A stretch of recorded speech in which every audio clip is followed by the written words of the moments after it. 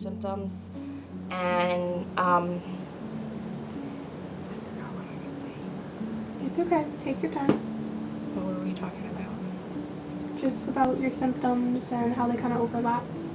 Before that? Before that?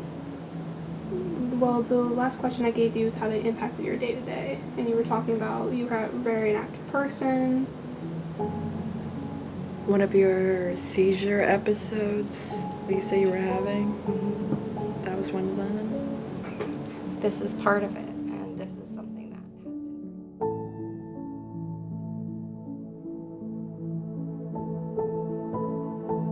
What chronic illnesses do you have?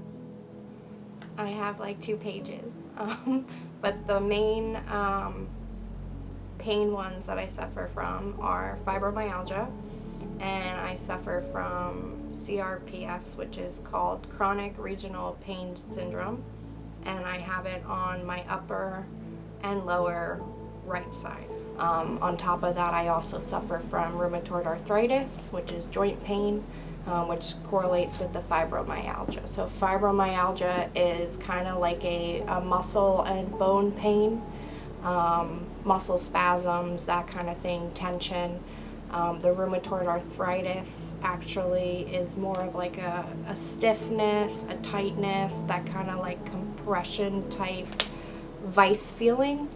And the CRPS is nerve pain. So it's like a combination of, I've dealt with almost like a full body flare up kind of thing. So if one thing sets off, it sets off everything else.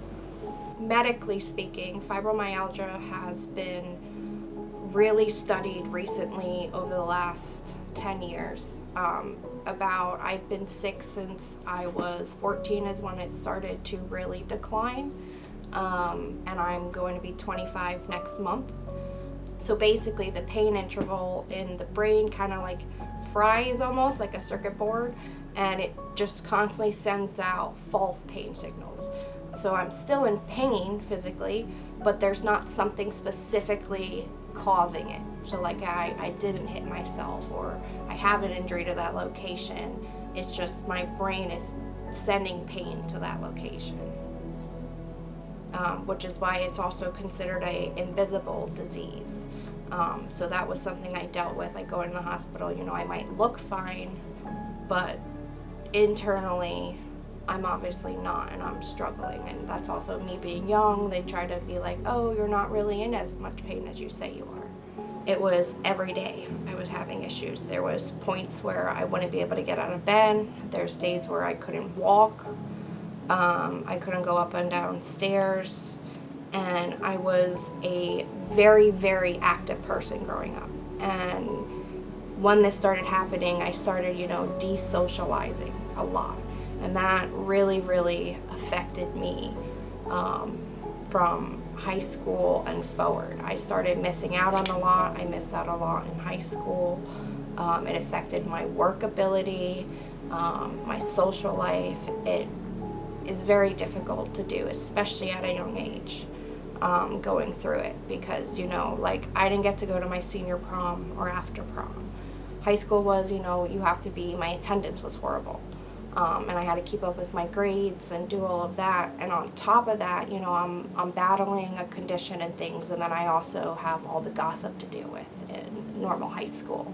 Not being able to be the same active person as you were, especially when I was so independent, it kind of made me feel like I wasn't really that person anymore. And the problem is it's so unpredictable. So one day I could be completely fine, or I'm fine in the morning, and then by nighttime it's a completely different situation. There's a lot I wish I could do, and I'm limited with those things. And it's everything from the littlest things that people think aren't significant. For example, sometimes I can't even get upstairs, and I want to get upstairs. Or I want to be able to walk down to the end of the block or go down to the lake and look at the lake, and sometimes that's even difficult for me. And it's not even half a block away. So, it's difficult.